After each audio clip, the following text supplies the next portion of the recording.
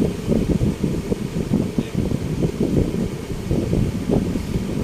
तक की हमने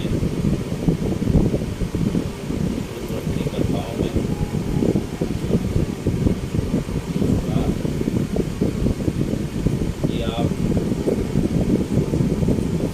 सौराष्ट्र के प्रभास क्षेत्र में अपना शरीर, इस शरीर की लीला को पूरा करने के पश्चात जब आप इस धराधाम को छोड़ देते हैं तो 7 दिनों के पश्चात समुद्र पूरी की पूरी द्वारका को अपने में समा लेते हैं। उसके कुछ दिन पूर्व आपके कहे अनुसार आपके प्रिय सारथी दारू और हस्तिनापुर से आए हुए अर्जुन के द्वारा द्वारिकापुरी में बचे हुए जितने यदुवंशी लोग थे, जिसमें आपकी पटरानियाँ 16,100 और ब्रजमंडल के समय से जो आए हुए द्वारिका में पधारे हुए जो बच्चे थे, सब के सब हस्तिनापुर चले जाते हैं। पांडवों को जब समाचार मिलता है कि अब भगवान नहीं रहे तो उनके शोक की सीमा नहीं रहती है और पांडवों के द्वारा अपने पौत्र परीक्षित को हस्तिनापुर का राजा घोषित कर दिया जाता है और युधिष्ठिर महाराज जी के द्वारा भगवान के परपोते, जिनका नाम बद्रीनाथ था, उन्हें मथुरा मंडल का राजा घोषित कर दिया जाता है और पांडवों के द्वारा जो है अपने जीवन की आखिरी लीला स्वर्गारोहण की लीला करने के लिए वे हस्तिनापुर से प्रस्थान कर जाते हैं। इसके पश्चात हमने सुना कि मथुरा मंडल के राजा जो भगवान के परपोते थे बद्रीनाथ जी अपने सखा एवं मित्र परीक्षित के साथ जब वृंदावन जाते हैं, पूरा वृंदावन उस समय भूखा सूखा वीरान खंडहर इस प्रकार से बदल गया था। वहाँ रहने को कोई नहीं था। भगवान के समय का जो ब्रजमंडल था वह पूरी तरीके से विलुप्त हो चुका था। यह देख के बद्रीनाथ जी को बड़ा शौक होता है।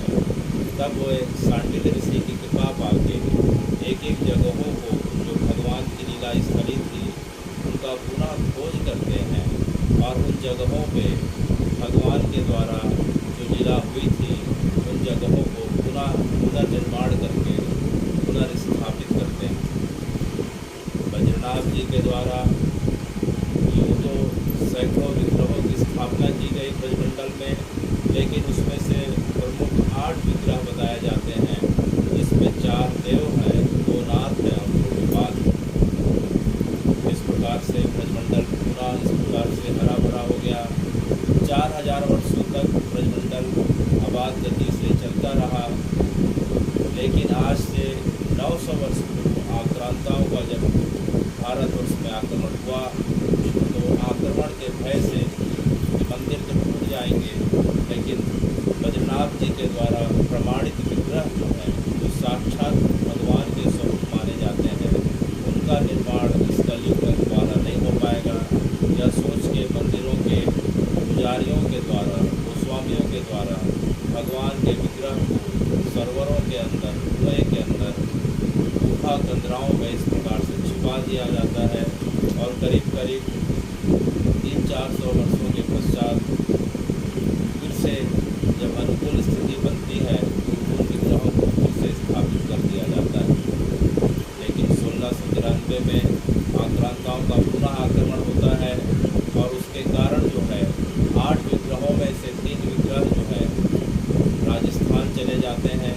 राजपूताना साम्राज्य के प्रभाव के कारण आक्रांताओं की राजस्थान में हिम्मत नहीं पड़ती थी वहाँ जाके आक्रमण किया जाए, तो 3 विग्रह को श्री गोविंद देव जी को, श्री राधा गोपीनाथ को और श्री श्रीनाथ जी को राजस्थान में स्थापित कर दिया जाता है, 2 उदयपुर में और 1 नाथद्वारा में।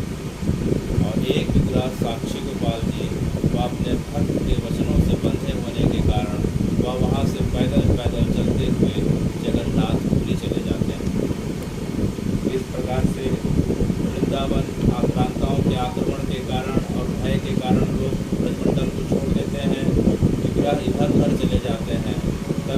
भगवान का युगल अवतार होता है चैतन्य महाप्रभु के रूप में। चैतन्य महाप्रभु 4 महीने के वास के लिए जब ब्रजमंडल आते हैं तो उन्होंने एक एक जगहों की से खोज करी और अपने शिष्यों को आदेश दिया कि इस जगहों पे जो लीला स्थली है इनका पुनः प्रकाश किया जाए।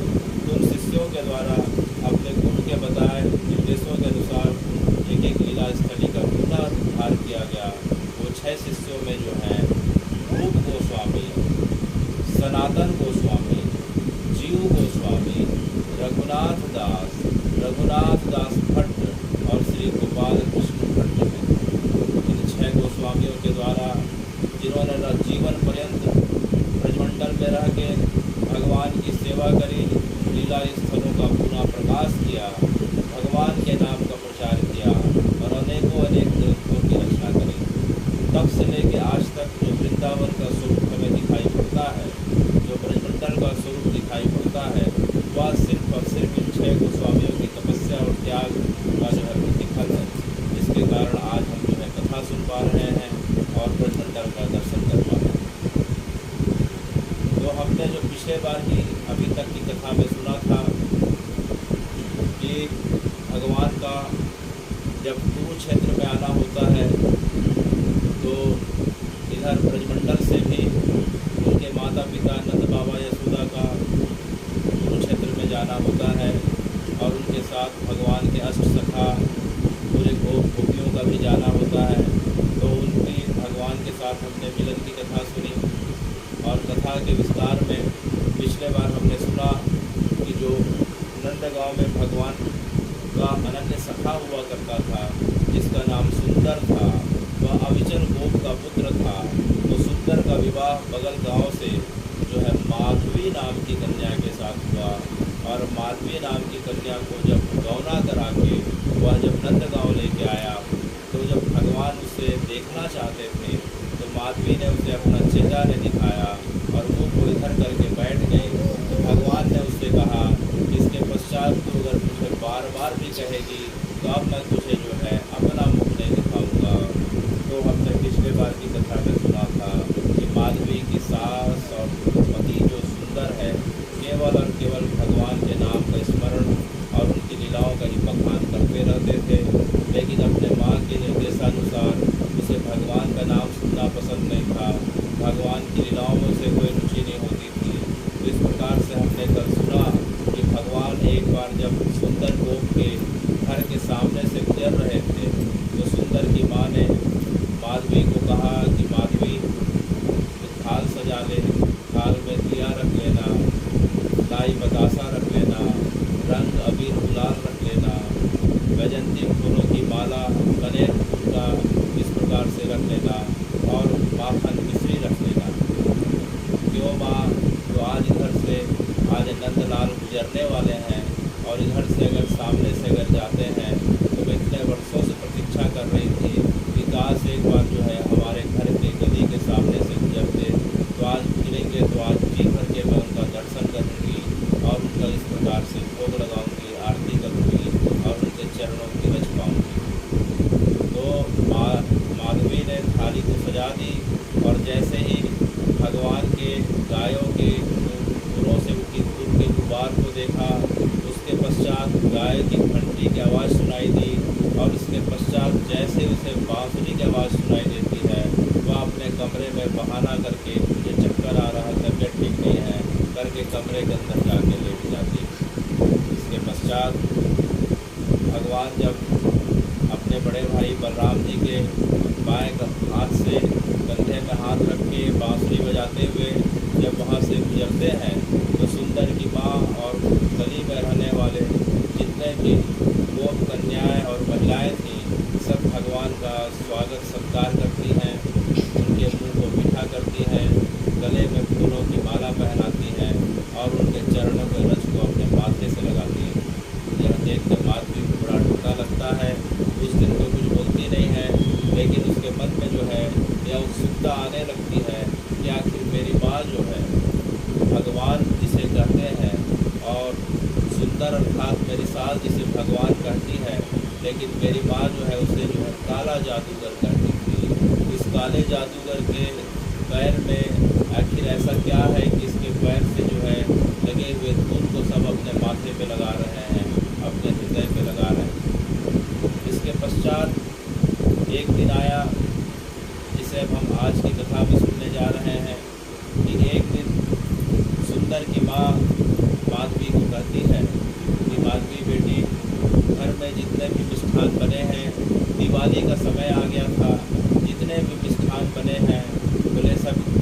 पता है? बोले हाँ माँ, जितने भी मिष्ठान बने हैं मुझे सब पता है। तो सब मिष्ठानों को, मिठाइयों को टोकरी में रख के जो है अब हमें गिरिराज जी जाना है। क्यों माँ? तो बोले नंदलाल की आज्ञा है कि अब जो है इस वर्ष से जो है अब हम गिरिराज जी को भोग लगाएंगे। गिरिराज जी को जो है हम सेवा में अब भोग अर्पित करेंगे। लेकिन माँ, मैंने तो सुना है कि पूरे ब्रजमंडल के लोग जो है सदियों सदियों से इंद्र को भोग लगा के प्रसन्न करते हैं ताकि वर्षा सुचारू रूप से होती रहे। तो जो है माधवी की सास ने कहा कि अरे माधवी, नंदलाल की आज्ञा है बेटी, जैसे नंदलाल कहेगा, जैसे कृष्ण कहेगा, जैसे गोविंद कहेगा, उसका कहना तो हमें मानना ही होगा। तो भैया वो जो तो 6 वर्ष का बालक है, कितने वर्ष का बालक है? 6 वर्ष का बालक है। आखिर उसका कहना, इतने बड़े बुजुर्ग लोग, आप लोग इतने अनुभव प्राप्त हुए लोग हो, आपने पूरा जीवन देखा है, उस जो है नंदलाल का जो है आप कहना क्यों मानने चली? तब जो है माधवी की सास ने कहा, अरे माधवी तू जानती नहीं है। बोले क्या माँ? देखो जब वो 6 दिन का था, तो 6 दिन का था तो कंस की भेजी जो है पूतना नाम की एक राक्षसी आई थी, वह उसे मारना चाहती थी। लेकिन यह क्या, देखते देखते वह जो है उसने उसको इस प्रकार से काटा कि वह काटते ही धड़ाम से जमीन में गिर गई और उसका 4 कोस का शरीर पूरे के पूरे ब्रजमंडल को ढक गया। ये बता माधवी कि कोई साधारण बालक जो है मात्र 6 दिनों का, वह किसी को इस प्रकार से मार सकता है क्या? और तो और मैंने सुना है कि जब वह 100 दिन का हुआ तो तृणावत, तो सप्तासुर नाम का राक्षस एक बार उसे मारने आया था। वह खेली खेल में जब वह 100 दिन का हुआ तो एक लात उसने चलाई तो सप्तासुर जो है वहीं का वहीं मर गया। इसके पश्चात जो है जब वह 1 वर्ष का होता है तो 1 वर्ष होने की खुशी में जब नंद बाबा यशोदा मैया पूरे के पूरे ब्रजवासियों को बुलाते हैं, पूरे के पूरे ब्रज में उत्सव का माहौल होता है, तो कंस पुनः एक राक्षस को भेजता है बेटी। वह राक्षस तृणावत नाम का राक्षस था। यशोदा मैया भगवान को पालने में लिटा के बाकी लोगों से मिलने जुलने में लग जाती है। इधर तृणावत जो है आंधी बवंडर का रूप लेके आता है और बवंडर का रूप इस प्रकार से आता है कि वह भगवान को उठा के लेके आसमान में ले जाता है और उसका इरादा यह था कि आसमान में लेके नीचे धड़ाम से नीचे पटक देगा, जिससे भगवान परलोक सुधर जाएंगे। लेकिन यह क्या, जो है तृणावत भगवान को उठा के ले जा रहा था तो भगवान ने अपना शरीर इतना भारी कर लिया, इतना भारी कर लिया कि मानो जो है तृणावत को ऐसा लगा कि उससे कोई 1000 गुना ज़्यादा भारी उसके शरीर पे बैठ गया हो और भगवान के जो है वजन को वह सह नहीं पाया और देखते देखते वह नीचे गिरता है और जैसे ही नीचे गिरता है उसके हजारों टुकड़े हो जाते हैं। मेरी माधवी, यह बता कि कोई 1 वर्ष का बालक कभी 3 महीना की अवस्था में, कभी 6 दिन की अवस्था में क्या जो है कोई बालक ऐसा कार्य कर सकता है क्या? कंस ने अनेकों राक्षस भेजे बेटी, लेकिन वह खेल खेल में, छुट्टियों में उन राक्षसों को इस प्रकार से मार गिराया।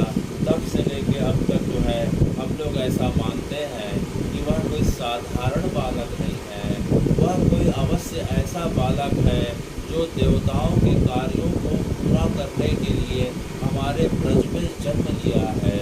उसकी कोई भी बात कभी गलत सिद्ध नहीं होती, इसीलिए उसने हमें आज्ञा करी है कि अब पूरा का पूरा जो भोग की सामग्री है अब इंद्र को ना चढ़ा के अब गिरिराज जी को चढ़ाई जाए। किसे चढ़ाई जाए? गिरिराज जी को। माधवी अपने सास को कोई उत्तर नहीं दे पाती है और जो टोकरी में जितनी भी मिठाइयाँ रखी थी, सूखी मिठाइयाँ, गीली मिठाइयाँ, सबको लेके जो है गिरिराज जी जो निकल पड़ती है और देखते देखते पूरे ब्रजवासी जो हैं गिरिराज जी के सामने आ जाते हैं तलहटी में। और पहुँचने के पश्चात माधवी की माँ ने कहा कि माधवी, जो सिर पर तूने जो रखी है सामग्री उसे नीचे उतार नंदलाल के सेवक खड़े हैं और उन सेवकों को मिठाइयों को दे दे। और देखते देखते पूरे ब्रज के लोग कितने भी घर से अपने अपने सामर्थ्य के हिसाब से जो मिठाइयाँ लाए थे, जो भोग की सामग्री लाए थे, उन्हें एक निश्चित जगह पे पत्थर के टीले के ऊपर रख दिया जाता है। इसके पश्चात भगवान आते हैं। भगवान उन्हें बताते हैं कि जो है पर्वत हमारे लिए जीवन में सबसे ज़्यादा महत्वपूर्ण होते हैं। पर्वत, जंगल, नदी, पहाड़ का मनुष्य के जीवन में उसी प्रकार से आपस में सामंजस्य होना चाहिए जिस प्रकार से व्यक्ति का अपने परिवार में होता है। क्योंकि पर्वत जो है बादलों को रोकते हैं, उसके कारण वर्षा होती है। पर्वत जो है पानी को थाम के रखते हैं। पर्वतों के कारण, जंगलों के कारण वर्षा का जल का स्तर बढ़े रहता है, पानी का स्तर बने रहता है और उससे निकलने वाली लगातार जो प्राणवायु है, जो ऑक्सीजन है, वह हमारे शरीर को स्वस्थ रखती है। जंगल के पेड़ और पहाड़ के पेड़ की चोटी में जितने भी लगे पेड़ हैं वे हमें छाया देते हैं, साथ में हमें फल फूल भी देते हैं। इस प्रकार से हमारे जीवन को संचालित करने में एक अनिवार्य और महत्वपूर्ण भूमिका इन पहाड़ों की, इन पेड़ों की रहती है। इसलिए हमें पूजना चाहिए तो इन पर्वतों को, इन पेड़ों को ही पूजना चाहिए। इस प्रकार से भगवान जो संदेश दे रहे हैं कि माने हमारे जीवन में पेड़ ना होते, हमारे जो है प्राण रक्षक हैं, तो साल में एक बार उनके प्रति कृतज्ञता यापन करने का भाव जो भगवान ने हमें दिया, वह तब से लेके आज तक प्रकृति दिवस के रूप में, पर्यावरण दिवस के रूप में तब से लेके आज तक सनातन में मनाया जाता है। इसके पश्चात उस जगह पे भगवान आते हैं और भगवान पूरे ब्रजवासियों को किले के ऊपर प्रसाद सामग्री के पास खड़े होकर बोलते हैं कि देखो अब जो है गिरिराज जी जो है तुम्हारे चढ़ाए गए, तुम्हारे द्वारा अर्पित किए हुए जो है भोग सामग्री का भोग लगाने वाले हैं। तो भगवान का सखा तनसुख बोलता है कि अरे कृष्णा, इतनी सारी जो है भोग सामग्री है, तो गिरिराज जी कहाँ दिख रहे हैं जो भोग लगाएंगे? तो पूरा का पूरा जो है मिठाइयों का पूरा का पूरा जो है पहाड़ दिख रहा है। तो कृष्ण ने कहा, भगवान ने कहा, अरे तनसुख पूरे ब्रजवासियों को बोल दे कि अभी गिरिराज जी आएंगे, बस वे आँख बंद करके भगवान के नाम का उच्चारण करें। तो सब जो है तनसुख ने कहा कि सब अपनी आंखें बंद कर लो। तो पूरे ब्रजवासियों ने आंखें बंद कर ली और आंखें बंद करके जो है हे गोविंद हे नारायण का पाठ करना चालू करो। तो सब जो है आंख बंद करके हे गोविंद हे नारायण हे माधव बोलने लग गए। इधर भगवान ने अपने स्वरूप को प्रकट किया, अर्थात अपने मुँह को इस प्रकार से बड़ा किया और देखते देखते पूरे ब्रजवासियों के द्वारा जो लाया हुआ भोग सामग्री था, वह देखते देखते जब ब्रजवासी आँख बंद करे थे तो पूरा का पूरा भगवान के जो है उदर में मुख के माध्यम से अंदर चला गया। अर्थात भगवान ने पूरे के पूरे ब्रजवासियों के द्वारा लाए गए खाद्य सामग्रियों को अपने उदर अर्थात पेट में इस प्रकार से समा लिया। इसके पश्चात भगवान बोलते हैं कि सब आंखें खोलो। तो सब आंखें खोलते हैं तो देखते हैं कि पूरी सामग्री गायब। यह देख के तनसुख मनसुख पेदा श्रीदामा इस प्रकार से दुखी हो गए, दुखी होकर चिल्लाने लगे। तो भगवान बोले, अरे तनसुख तेरा चेहरा क्यों उतर गया? अरे मनसुख तू मुझे गुस्से में क्यों देख रहा है? अरे भैया क्या हुआ? तो उन्होंने कहा, अरे भाई इसके पहले जो है हर साल जो है इंद्र को भोग लगाया जाता था, वह तो नाम मात्र का इंद्र को लेके चढ़ाते थे। आखिरी में तो जो है जितनी भी मिठाइयाँ थी वो तो हम ही खाते थे, हम ही छक के खाया करते थे। यहाँ तो तूने आँख बंद कराया और जब आँख खुलवाया तो देखते हैं कि पूरी की पूरी खाद्य सामग्री, खाने पीने की मिठाई, मेरी माँ इतने अच्छे से लड्डू बना के लाई थी, मेरी माँ पेड़ा बना के लाई थी, मेरी माँ जो है रसगुल्ला बना के लाई थी। भगवान के सखा बोलने लग गए, पता नहीं सबके सब गिरिराज कैसा भूखा है। तू तभी बोल रहा था कि गिरिराज भाव का भूखा है, लेकिन हमें तो लगता है कि वह तो पेट का भूखा है। इतना भूखड़ गिरिराज के पास लेके आ गया, अब दिन भर हम भूखे रहेंगे। यहाँ से तो नंदगांव करीब जो है 15 से 20 किलोमीटर दूर है। कोई बोले यहाँ से तो बरसाना इतने किलोमीटर है, अब कब जाएंगे, कब खाएंगे, कब बनेगा? यह सोच के जो है सब लोग भगवान को कोसने लग जाते हैं। तो भगवान ने कहा, अरे भाई गिरिराज जी भाव के भी भूखे हैं, चिंता मत करो, एक बार सब पुनः आँख बंद करो और फिर गोविंद हरि का नाम लो। तो सब पूरा जो है आँख बंद करके कि गोविंद हरि हरि बोलने लग गए। तो कुछ सेकंड बोलने के पश्चात भगवान ने बोला कि फिर से आंखें खोलो, तो देखते हैं कि पूरी की पूरी ब्रजवासियों की द्वारा लाई गई खाद्य सामग्री वहीं की वहीं रखी थी। यह देख के भगवान की सखा तन सुख मन सुख पेंद्रा श्री रामा का मन एकदम खिंच उठता है। और भगवान ने कहा कि अब जितना हो सके मन के साथ खाओ। तो सब जो है खाद्य सामग्रियों की ओर, मिठाइयों की ओर टूट पड़ते हैं। और पूरे के पूरे ब्रजवासी जो है आज छठ के जो है छठ के आज जो है प्रसाद को पाते हैं। तो भगवान ने कहा देखो भाई, अब सबने जो है प्रसाद को पा लिया। बोले हाँ पा लिया। अब घर ऐसे नहीं जाना है। बोले कैसे जाना है? देखो गिरिराज जी ने तुम्हारे द्वारा लाए गए प्रसाद को पा लिया था। बोले हाँ। उसके बाद तुम्हें भी खाने को दिया। बोले हाँ। तब गिरिराज जी की अब परिक्रमा होगी। अब क्या होगी? गिरिराज जी की परिक्रमा होगी। तो संसार की पहली परिक्रमा, गिरिराज जी तो सतयुग से विद्यमान है, लेकिन पहले बार परिक्रमा हे भगवान आज से करीब करीब 5125 वर्ष पूर्व जो है, आज से पहले बार भगवान के द्वारा ब्रजवासियों के साथ गिरिराज जी की परिक्रमा की गई। तो भगवान जो है सबको साथ में लेके, भगवान आगे हैं, भगवान के सखा उनके साथ हैं। भगवान के एक तरफ बलराम जी हैं, एक तरफ भगवान के सखा चल रहे हैं। भगवान के आगे जो है गैया चल रही है। भगवान के साथ में जो है पीछे जो है नंद बाबा यशोदा मैया हैं, और उनके पीछे के पीछे पूरे ब्रजवासी हैं। कोई हाथ में करताल लिया है, कोई ढोलक लिया है, कोई मंजीरा लिया है, और सब जो है गोविंद है, कृष्ण है, नारायण है, इस प्रकार के नाम का उच्चारण करते हुए गिरिराज की परिक्रमा जो 21 किलोमीटर की बताई जाती है। गिरिराज जी का व्यास जो है 21 किलोमीटर का है। तो 21 किलोमीटर की परिक्रमा करीब करीब 5 से 6 घंटे में करी। तो पहले बार परिक्रमा का महत्व जो है भगवान ने बताया, क्योंकि प्रकृति की उपासना का जो भगवान ने विधान बताया, ये पर्वत ना हो, पहाड़ ना हो, जंगल ना हो, पेड़ ना हो, तो मानव मनुष्य का अस्तित्व ही नहीं रह सकता। इन्हीं के द्वारा जो है बारिश होती है, इन्हीं के द्वारा प्रकृति में हरियाली छाई रहती है। इस प्रकार से आज जो है हरिलिका तीज है, आज हरतालिका तीज। कौन सा तीज है? हरतालिका तीज। यह हरतालिका तीज क्या होता है? जब भादो मास की शुक्ल पक्ष की तृतीया होती है, तो उस तिथि को हरतालिका तीज कहा जाता है। यह 2 शब्दों से बना है। हर माने हरण करना, और तालिका माने सखी।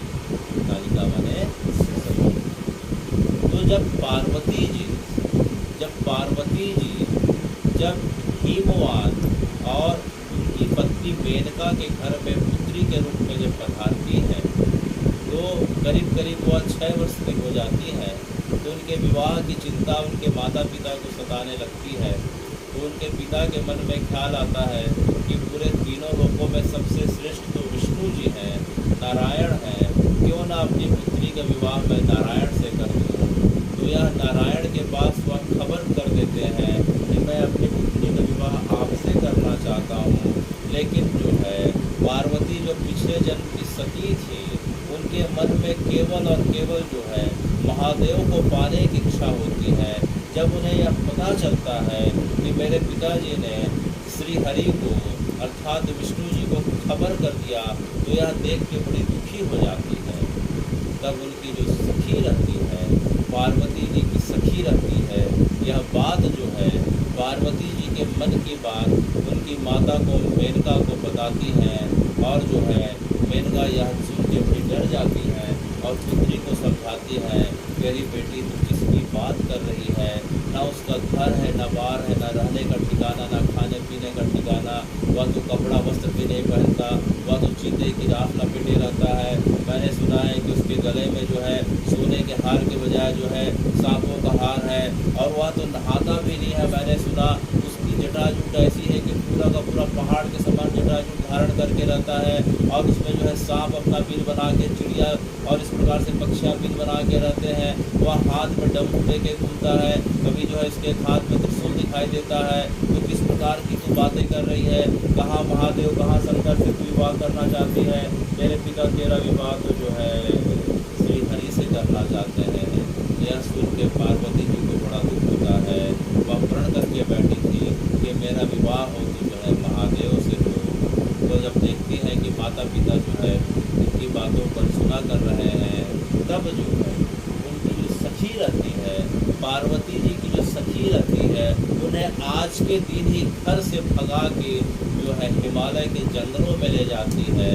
तो जिस दिन जो है पार्वती जी को उनकी सखी के द्वारा घर से बाहर हिमालय जाके उन्हें जो है शंकर जी के लिए आराधना के लिए इस प्रकार से व्यवस्था कराई गई थी, वह दिन आज ही का था। तो पार्वती जी जंगल में जाके, हिमालय के घनघोर जंगल में जाती हैं और गंगा जी के किनारे रेत का पार्थिव शिवलिंग का निर्माण करती हैं, और पार्थिव शिवलिंग का निर्माण करके शंकर जी को विभिन्न स्तुतियों के माध्यम से उन्हें जो है प्रसन्न करने का प्रयास करती हैं। इसी बीच नारद जी आते हैं। नारद जी पार्वती जी की परीक्षा लेते हैं, शंकर जी के बारे में काफ़ी उल्टा सीधा बोलते हैं, लेकिन पार्वती जी अपने वचन में अडिग रहती हैं कि मेरा विवाह हो तो केवल और केवल शंकर से हो। तो उनकी जो है दृढ़ता को देख के नारद जी प्रसन्न हो जाते हैं, और नारद जी पार्वती को पंचाक्षरी मंत्र प्रदान करते हैं, जो ओम नमः शिवाय है। क्या मंत्र है? उस मंत्र को पंचाक्षरी मंत्र कहते हैं। उस पंचाक्षरी मंत्र पे पूर्ण विश्वास करके, श्रद्धा के साथ पार्वती जी अनेक वर्षों तक कथा बताती है कि पार्वती जी शुरू में फलाहार करके भगवान को प्रसन्न करती थी, उसके बाद फल खाना भी छोड़ दिया, उसके बाद पेड़ की पत्तियों को खाती थी, उसके बाद सूखी पत्तियों को खाती थी। तो सूखी पत्तियों को खाने के कारण उनका एक नाम अर्पणा भी पड़ जाता है। उसके बाद पत्तियों को भी खाना छोड़ दिया। सामने में गंगा जी हैं, गंगा जी के जल को लेके जो है शंकर जी की आराधना करती थी। धीरे धीरे गंगा जी के जल को भी जो है उन्होंने सेवन करना छोड़ दिया। अब केवल प्राणवायु को धारण करके भगवान का जप करने लग गई, और देखते देखते प्राणवायु को भी उन्होंने त्याग दिया। इतनी छोटी बालिका की इस प्रकार की कठोर तप को देख के आखिर महादेव से रहा नहीं जाता है, और वह पूरा जो है आज के दिन ही प्रकट होते हैं और उन्हें आशीर्वाद देते हैं। और आने वाले समय में जो है जब महाशिवरात्रि का दिन आता है, तब उनका पाणी ग्रहण होता है।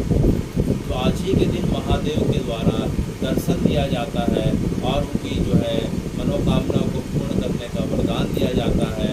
और उन्हें यह भी आदेश दिया जाता है पार्वती जी को कि हे पार्वती जी, आप अब इसके पश्चात अब आपकी तपस्या पूरी हो गई, अब आप अपने घर को चले जाएं।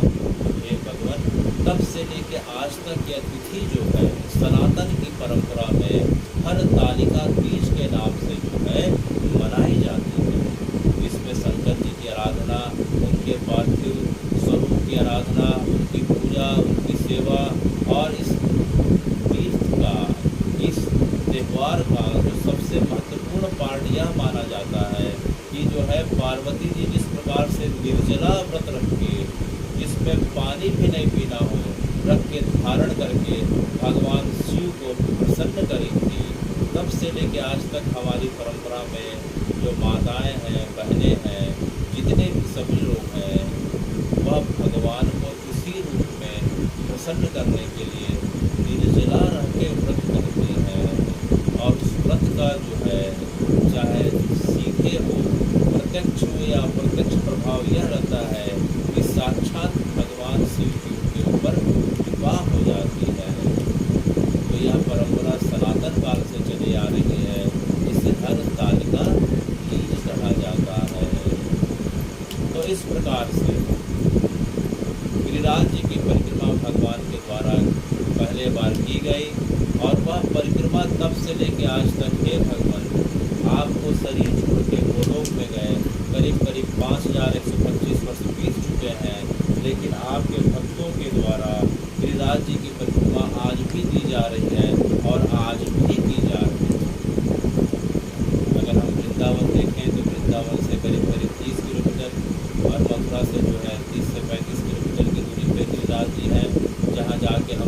ही भगवान के नामों का, पवित्र नामों का उच्चारण करते हुए उनकी परिक्रमा करते हैं। तो भगवान ने सबसे पहले बार गिरिराज जी का महत्व, प्रकृति पूजन का महत्व बताया और पहले बार परिक्रमा करी। और परिक्रमा करने के समय जो है सुंदर गोप भी था और गोप के साथ उसकी माता भी थी और गोप की जो है पत्नी माधवी भी थी। माधवी सबसे पीछे पीछे चल रही थी क्योंकि उसे डर था कि अगर सामने चलूँगी तो कहीं ना कहीं वह काला जादूगर दिख गया तो जो है बड़ा अनर्थ हो जाएगा। तो जो है सिर को नीचे करके वह पीछे पीछे चल रही थी। इस प्रकार से गिरिराज जी की परिक्रमा पूरी हो गई और जो है वह सफल हो जाती है। माधवी सफल हो जाती है, अर्थात जो है वह काले जादूगर को देख नहीं पाती है। इसके पश्चात सब घर आ जाते हैं, खाना पी के इस प्रकार से सो जाते हैं। और जो है सवेरे उठती है तो देखती है कि पूरे ब्रजमंडल में, पूरे नंदगांव में हाहाकार मचा हुआ। इतनी जोर की बारिश हो रही थी, इतनी बारिश की बूंदें मानो हाथी के सूंड के बराबर जो है इस प्रकार के बारिश की बूंदें पूरे के पूरे नंदगांव, गोकुल, बरसाना, वृंदावन, पूरे के पूरे ब्रजमंडल में इतनी घनघोर बारिश हो रही थी। इतनी बारिश को देख के पूरे लोग घबरा गए। पशु पक्षी अपने जो है कोठार से बाहर निकल जाते हैं, बहुत बह जाते हैं, पेड़ गिर जाते हैं, छत उड़ जाती है, पूरा का पूरा हाहाकार मच जाता है। कच्चे मकान जो है इस प्रकार से जमीन पर फंसने लग जाते हैं। तभी आवाज़ आती है कि कोई घबराए नहीं, सब के सब जो है गिरिराज जी की ओर चले। किधर चले? गिरिराज जी की ओर चले। तो जो है सब के सब माधवी अपने पति के साथ, सास के साथ, सब के सब जो है गिरिराज जी की ओर जाने लगते हैं। गिरिराज जी के पास जैसे ही पहुंचते हैं उसे बड़ा आश्चर्य होता है कि गिरिराज जी जो है आज काफ़ी उठे हुए दिखाई दे रहे हैं। आज गिरिराज जी जो है जमीन में नहीं दिखाई दे रहे, गिरिराज जी उठे हुए दिखाई दे रहे हैं। इतनी भीड़ रहती है, इतना भगदड़ मचे रहती है कि देखते देखते माधवी अपने सास और अपने पति से दूर हो जाती है। सब जो है अलग अलग छितर बितर हो जाते हैं और जो है गिरिराज जी के नीचे आके जो है आश्रय पाते हैं।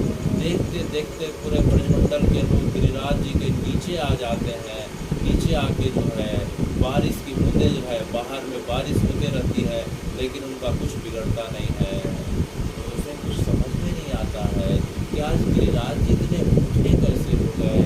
हो सकता है कि नंद बाबा जो यहाँ के राजा हैं गिरिराज जी के नीचे जो है खंभा लगा दिए हों, कुछ बड़े बड़े खंभों को अपने सैनिकों के माध्यम से खंभा लगा के उठा दिए हों। तो लोगों से पूछती है कि आज गिरिराज जी उठे हैं, आखिर बात क्या है। तो लोग इतने परेशान रहते हैं और बारिश की बूंदें इतनी तेज रहती है कि माधवी की आवाज़ कोई सुन नहीं पाता। सब के सब जो है ठंड से ठिठुरते हुए और अपने हाथ पैर के सिकुड़ को केवल और भगवान के नाम को याद करते हुए खड़े रहते हैं। थोड़ी देर में जो है बारिश का प्रकोप कम होता है तो माधवी से रहा नहीं जाता है। माधवी सोचती है कि आज गिरिराज जी उठे हुए कैसे दिखाई दे रहे हैं, हम तो गिरिराज जी के नीचे खड़े हैं, आखिर माजरा क्या है। वह थोड़ा सा जो है एक पत्थर के ऊपर चढ़ती है। एक पत्थर के ऊपर चढ़ने के बाद भी कुछ दिखाई नहीं देता तो दो पत्थर के ऊपर चढ़ी। देखते देखते जब 8-10 पत्थर के ऊपर चढ़ती है तो देखती है तो यह क्या, ये गिरिराज जी जो है, गिरिराज जी को मानो किसी ने धारण किया हो। सबसे पहले माधवी को दिखाई देता है कि जो है वो गिरिराज जी किसी के नख के ऊपर इस प्रकार से धारण किए हुए हों। तो सबसे पहले जो है माधवी की दृष्टि उस नख की ओर जाती है। बाएं हाथ के नाखून के अग्रभाग से जो है भगवान ने गिरिराज जी को धारण किया था।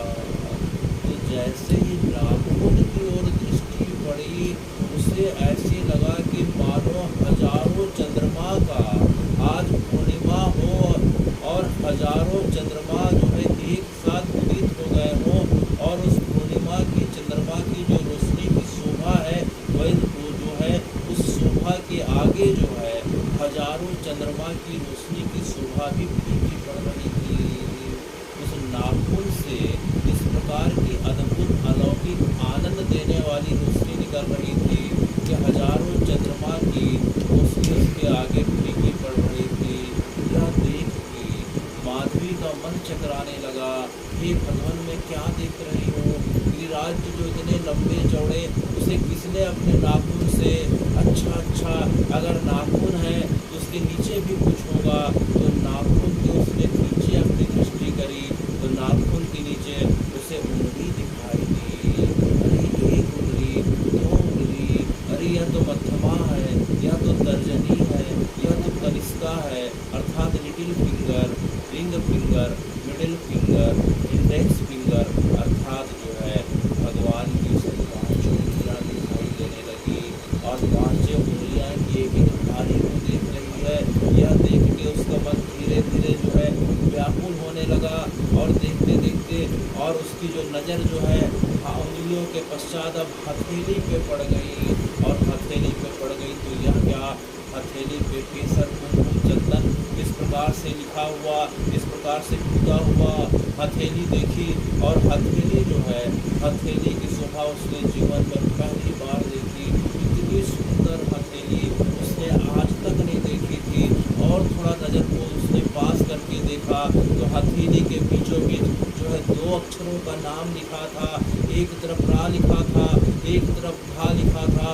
अरे यह तो राधा लिखा है, मैं तो राधा के बारे में अपने पति सुंदर से हमेशा सुनती हूँ, अपनी सास से हमेशा सुनती हूँ, यह तो वही राधा है। देखते देखते जो है अब उसका मन बड़ा व्याकुल होने लगा, आखिर होता क्यों ना, आखिर उस काले जादूगर का अब जादू उसके ऊपर चढ़ने लगा था। वह नाखून को, नाखून के पश्चात उंगलियों को, उंगली की धारियों को, उसके पश्चात हथेली को जिसमें कुमकुम चंदन केसर जो है इस प्रकार से हथेली में लगा हुआ था, उसके पश्चात उसने कलाइयों को देखा और कलाइयों में जो है उसने यशोदा मैया के द्वारा पहनाए गए कड़ों को देखा।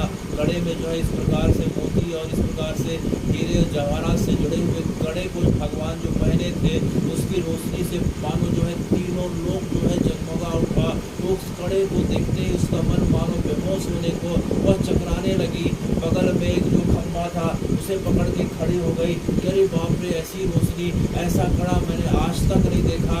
वह तुरंत जो है अपने आँखों को और नीचे करी तो नीचे करके देखती है तो हाथ दिखाई दिया, हाथ की और धीरे धीरे नीचे करी तो कोहनी दिखाई दी और कोहनी के पश्चात वह देखती है कि हाथ का आगे का हिस्सा जो अचानक जो है देखती है कि भगवान के हाथ का जो बाजूबंद था, बाजूबंद में जो है भगवान ने जो पहना हुआ था एक मोतियों का जो है जड़ा हुआ एक बाजूबंद पहना था। ऐसे मोती की शोभा उसने पहले बार देखी, उसका दिमाग चकराने लगा। अचानक जो है उसे जो है कुछ हंसी ठिठोली की आवाज़ सुनाई देने लगी। वह जो है वह नीचे देखती है तो जो है गोपियाँ, कुछ गोपियाँ हंसी ठिठोली कर रही हैं, कुछ गोपियाँ आरती कर रही हैं। दुकान को और पास लगाई कि कौन हंसी ठिठोली कर रही है और क्या बात कर रही है। तो कुछ जो है हंसी ठिठोली कर रही हैं और कुछ बातें कर रही हैं, कुछ भगवान को आरती दिखा रही हैं। तो जो आरती दिखा रही थी गोपी, वह उन गोपियों के द्वारा बार बार भगवान की स्तुति की जा रही थी कि हे नंदलाल, हे कृष्ण, हे गोविंद, हे माधव, जो है तुम्हारे हाथों में भगवान पूरे संसार का बल दे दें और तुम इस प्रकार से हमारी रक्षा करते रहना। तुम्हारे हाथों में अनंत लोगों की शक्ति आ जाए, इस ब्रह्मांड में जितनी देवी देवता है सब तुम्हारे हाथ के अंदर प्रवेश कर जाए और तुम जो है पूरे ब्रजवासियों की रक्षा करते रहना। यह सुन के भगवान मुस्कुरा रहे थे तो दूसरी गोपी बोली कि जो है लाला, इस प्रकार से तुम मुस्कुराओ मत, तुम्हारी मुस्कुराहट से मुझे अभिमान झलक रहा है। तो भगवान की आवाज़ सुनाई दी, करी ललिता तो इस प्रकार की बातें क्यों कर रही है, मुझे अभिमान हो तो क्यों ना हो, आखिर मैंने देखो गिरिराज को धारण किया हुआ है।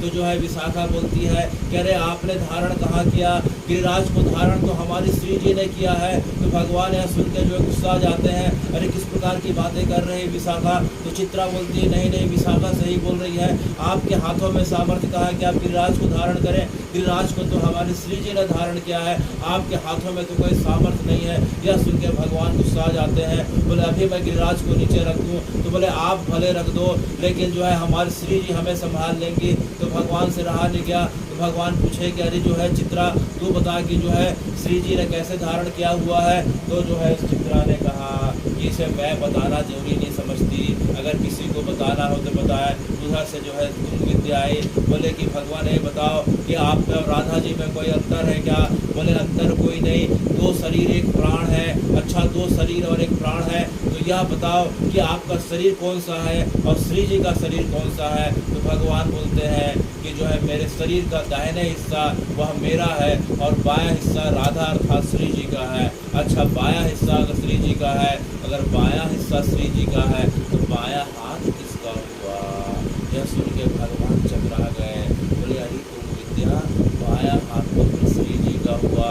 तो अच्छा आप बताओ कि आप जो है गिरिराज जी को कौन से हाथ से धारण करे हो? बोले बाएं हाथ से धारण किया हूँ। तब सही सही बताओ किस गिरिराज जी को किसने धारण किया है?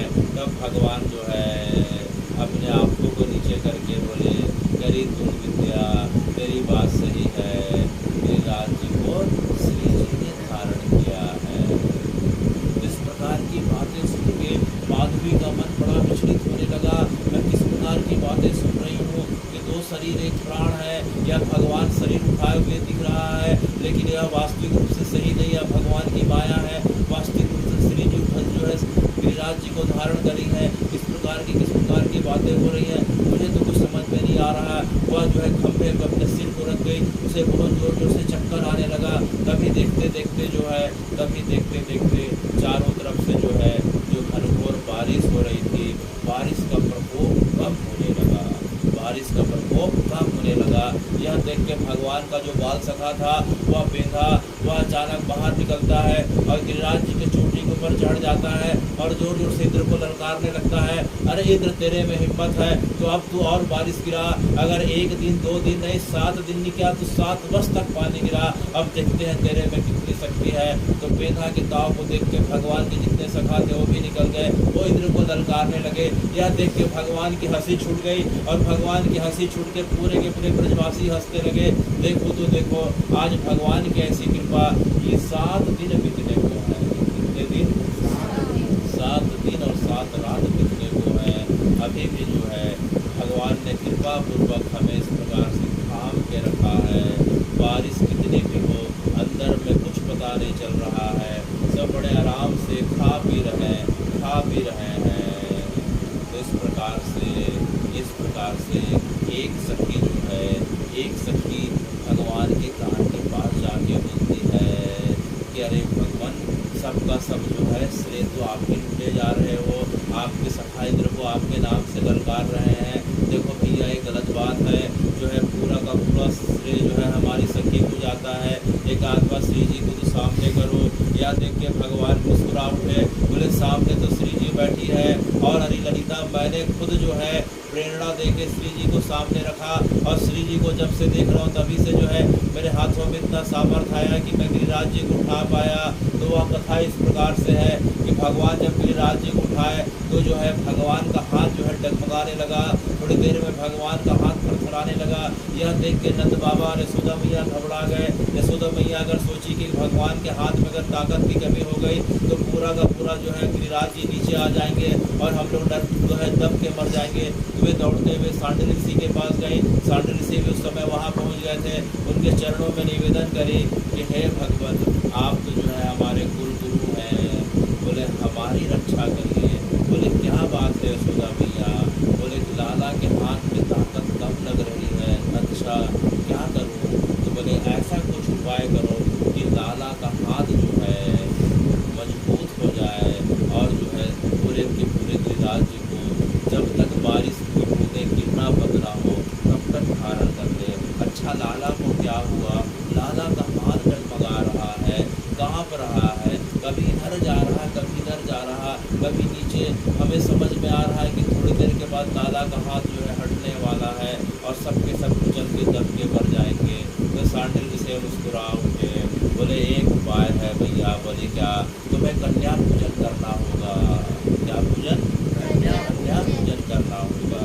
अच्छा तो किस कन्या का पूजन करें? तो पूरे ब्रजमंडल में सबसे श्रेष्ठ कन्या जिसका भाव केवल और केवल गोविंद के लिए है, वह कन्या तो सामने खड़ी है। वह वृषभानु की लड़की है, वह टिप्पी की लड़की है, वह देखो वह श्री जी है।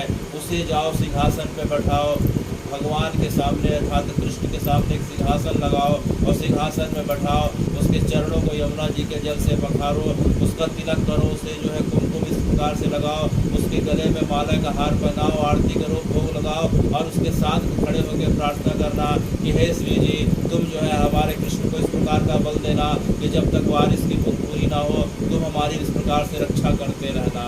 तो सब के सब जो है दौड़ते हुए श्री जी के पास जाते हैं, एक सिंहासन लाया जाता है, भगवान खड़े हैं और श्री जी सिंहासन में विराजमान।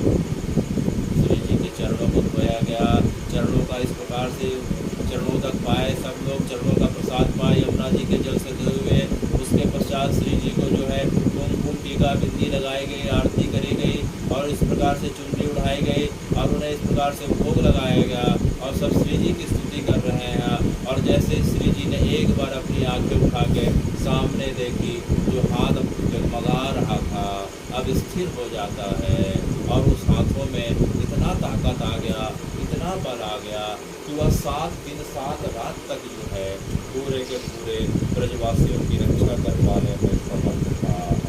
श्री जी की बस एक नज़र ऊपर उठी नहीं कि भगवान के डगमगाते हाथ थे, कांपते थरथराते हाथ थे, उसमें इतना बल आ गया जो 7 दिनों तक। और इसी कारण इस बल को जो है इतराते हुए भगवान के सखा बेधा, जिसको पोलियो था, जो ठीक से चल नहीं पाता था, ऊपर में चढ़ के इंद्र को ललकार रहा है, कह रहे इंद्र तू 7 दिन क्या 7 वर्ष तक पानी गिराएगा? तो हमारे गोविंद में इतना सामर्थ्य है कि वह हमारी रक्षा कर सकते हैं। अरे इंद्र तू कहाँ, इधर आ, तू भगवान के सामने क्या जाएगा, मैं तेरे लिए काफ़ी हूँ, एक बार तू इससे मलिन करके दिखा। तो जो है हे भगवान, श्री जी का जो बल था उस बल को पाके जो है भगवान के सखा इतराने लग गए। माधवी सब देख रही थी, अभी तक माधवी जो है भगवान की भुजाओं को और इस प्रकार की लीलाओं को देखी। अब माधवी का सूद बुद्ध खोने लगा। अचानक बोली कि अब भुजा के अलावा जिसकी भुजा है उसका तो चेहरा भी होगा। अभी तक मैंने उस चेहरे को डर के मारे देखा नहीं, तो आज मैं चेहरे का दर्शन कर ही लेती हूँ। इधर कोई नहीं था, इधर माधवी ने जैसे ही अपनी आंखें उठाए तो चेहरे के पहले जो है उसे भगवान की घुंघराली हल्के अर्थात बालें दिखाई दी। क्या दिखाई दी? घुंघराली बालें दिखाई दी। जैसे ही भगवान की जो है काली घुंघराली बालों को देखा, मानो उसके होश गायब हो गए।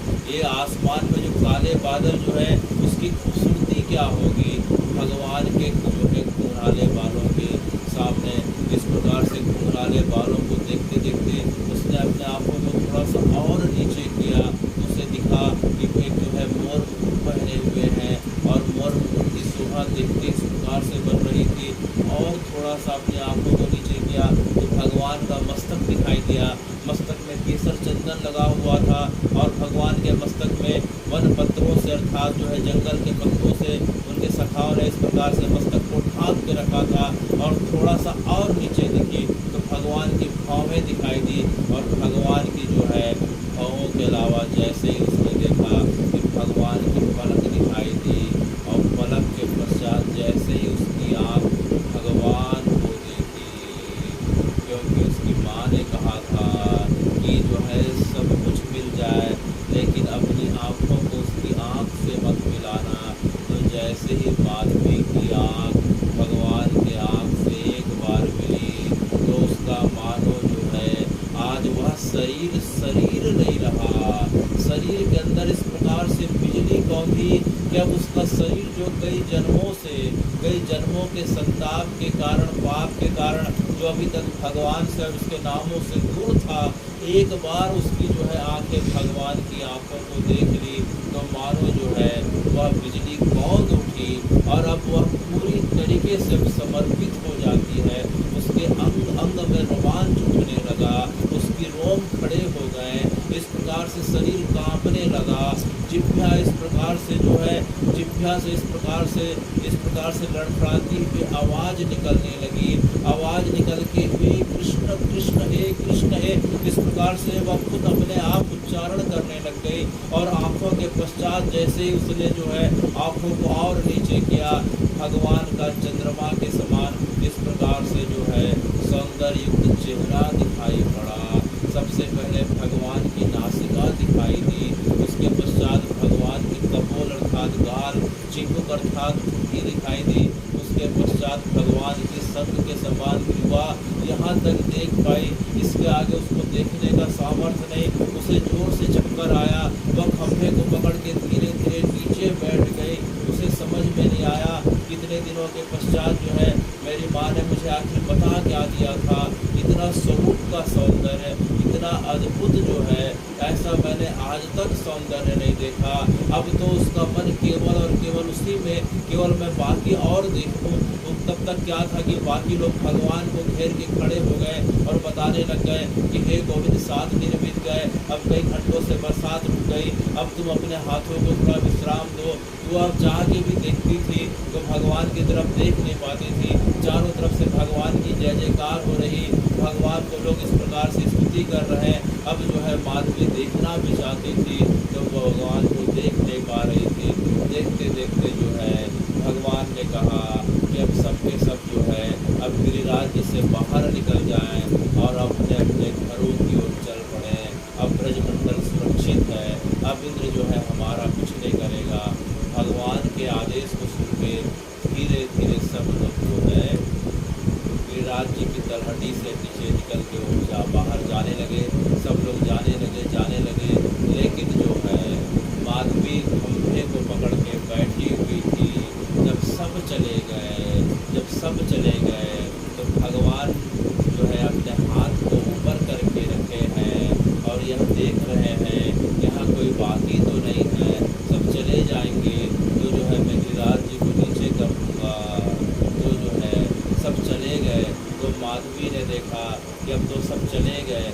वह दौड़ के जाती है और दौड़ के जाके भगवान के चरणों में गिर जाती है और हा गोविंद, हा कृष्ण, हा माधव बोलते बोलते बार बार अपने आँख के आंसुओं से भगवान के चरणों को धो डालती है।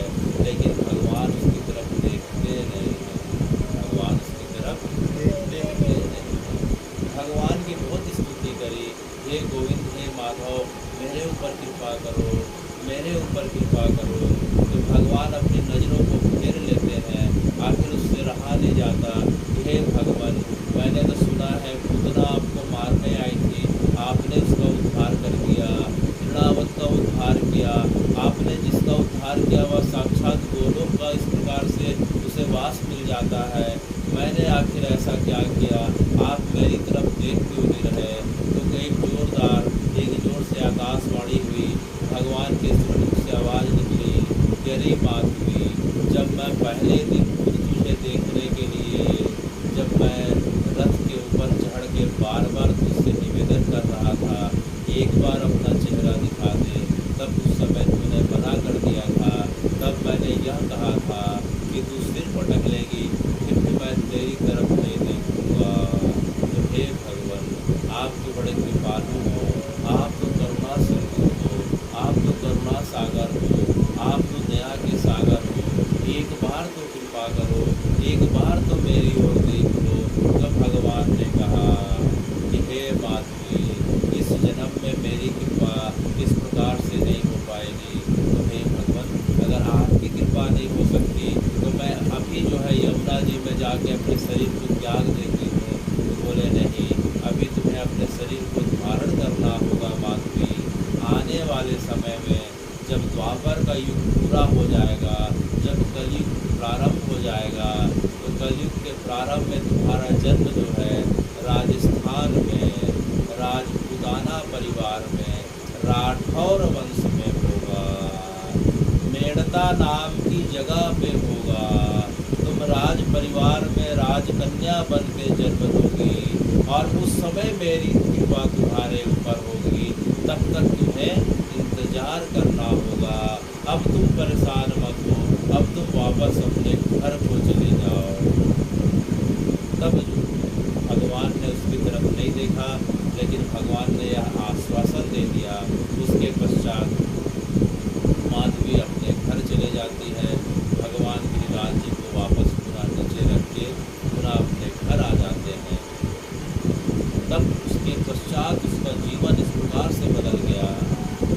रास्ते में सोचते हुए जा रही थी कि मेरी माँ ने मुझे कितनी गलत शिक्षा दी थी कि वह जादूगर है, वह काला कलपुरा है, एक बार जो है कोई देख ले तो उसका वो अपना काम धाम भूल जाएगा। तो आज इस प्रकार से जो है मैंने भगवान के स्वरूप को देखा।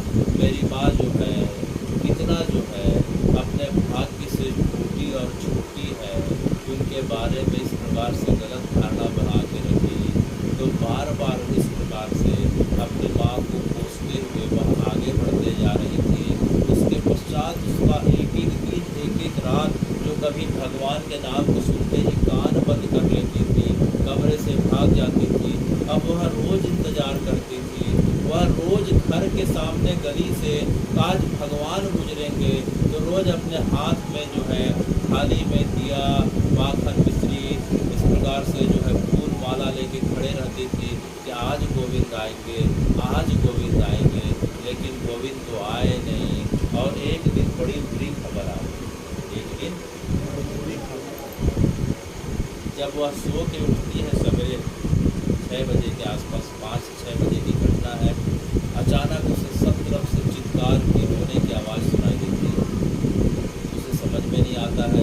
वह जाके देखती है कि जो है उसकी सास दीवार पे सिर पटक पटक के रो रही है। उसका सखा जो है, उसका पति जो है सुंदर जो है, वह सुंदर जो है छत पे जाके चढ़ के जोर जोर से चिल्ला रहा है कि कृष्ण हमें छोड़ के मत जाओ, गोविंद हमें मत छोड़ के जाओ। तुमने जो है जीवन भर हमारा साथ निभाया, हमने तुम्हारी सेवा करी, हमारी सेवा में कुछ कमी रह गई तो हमें दंड दे दो, मुझे मार दो, मुझे जो कुछ करना है कर दो, लेकिन हमें छोड़ के मत जाओ। इधर देखती है कि पूरे के पूरे ब्रजवासी कोई जो है अपने गोद में सर छुपा के रो रहा, कोई जो है पेड़ की ओट में अपने सर छुपा के रो रहा, कोई दीवार में सिर पटक रहा, कोई जमीन में रो रहा। और सब जगह केवल एक ही आवाज़ सुनाई दे रही, हाँ कृष्ण, हाँ गोविंद, हमें छोड़ के मत जाओ भैया, तुम छोड़ के अगर चले जाओगे तो हम अनाथ हो जाएंगे। यह समझ में नहीं आया माधवी को। वह दौड़ के जाके पूछती है अपनी सास से कि माँ सब रो क्यों रहे और बार बार क्यों बोल रहे हैं कि हमें छोड़ के मत जाओ, हमें छोड़ के मत जाओ। तो उसकी माँ कहती है, अरे माधवी, बड़ा अनर्थ हो गया बेटा। बोले क्या हो गया माँ? बोले रात को कोई अक्रूर आया है। कौन आया? कोई रात को बोलते हैं कि मथुरा से कोई अक्रूर जी आए हैं और वह भगवान को मथुरा ले जाना चाहते हैं। और मैंने यह भी सुना है कि नंद बाबा और यशोदा मैया तैयार हो गए हैं और भगवान भी तैयार हो गए हैं। और देखो तो देखो, वह रथ में बैठने वाले हैं, रथ में बैठने वाले मैया ये अक्रूर कौन है और भगवान को लेने क्यों आए हैं? वो बताए कि जो है अक्रूर जी भगवान के रिश्तेदार हैं। और वह आके नंद बाबा और यशोदा को यह बताए कि वास्तविक भगवान के माता पिता तो देवकी वासुदेव हैं। कौन है? उन्होंने कंस के डर के मारे कि उन्हें मार मत दे करके इन्हें यहाँ इनके घर में छोड़ के चले गए थे नंद बाबा के। लेकिन वास्तविक माता पिता तो देवकी वासुदेव हैं। अब जो है भगवान को अपने वास्तविक माता पिता के यहाँ ले जाने आए हैं। यह बात हमें पता नहीं थी, आज पता चली कि नंद बाबा और यशोदा मैया तो भगवान को केवल पाल पोस के बड़ा करे थे। वे अपने वास्तविक माता पिता नंद बाबा को छोड़ के अब जो है देवकी वासुदेव के पास जाने वाले हैं। यह सुन के जो है माधवी जोर से चिल्ला उठी कि नहीं नहीं, आप हमें छोड़ के नहीं जा सकते। आपने एक प्रकार से हमें इस प्रकार से हमें पूरी तरीके से बांध लिया। अब हमारा जीवन केवल आपके चरणों में है, आप हमें छोड़ के नहीं जा सकते। माधवी इस प्रकार से अपने घर से आवाज़ लगाते हुए दौड़ पड़ी और उधर देख रही कि पूरा का पूरा ब्रजमंडल पूरा सैलाब आ गया कि हे भगवान, आप हमें छोड़ के नहीं जा सकते, आप हमें छोड़ के नहीं जा सकते। आपको जो सजा हमें देना है दे दो, लेकिन आप हमें छोड़ के नहीं जा सकते। भगवान के सखा जो है रथ के आगे लेट गए, उनके आगे जो है गौ माता इस प्रकार से बैठ गई और उसके आगे जो है बछड़े लेट गए। भगवान के रथ के आगे कई किलोमीटर तक देखा गया इस प्रकार से लोग लेट गए हैं। भगवान के चरणों में उनकी अशिक्षाएँ गिर गई। भगवान के माता पिता इस प्रकार से गिर गए। सभी के सब वृद्ध माताएं बहनें सब भगवान को घेर के कि हे कृष्ण हे गोविंद हमें छोड़ के मत जाओ भैया, हमें छोड़ के मत जाओ। देखो तो हमने तुमसे जीवन में कुछ नहीं मांगा। पूरे ब्रजवासियों की पूरे जीवन पर्यंत यह खास बात रही, उन्होंने भगवान से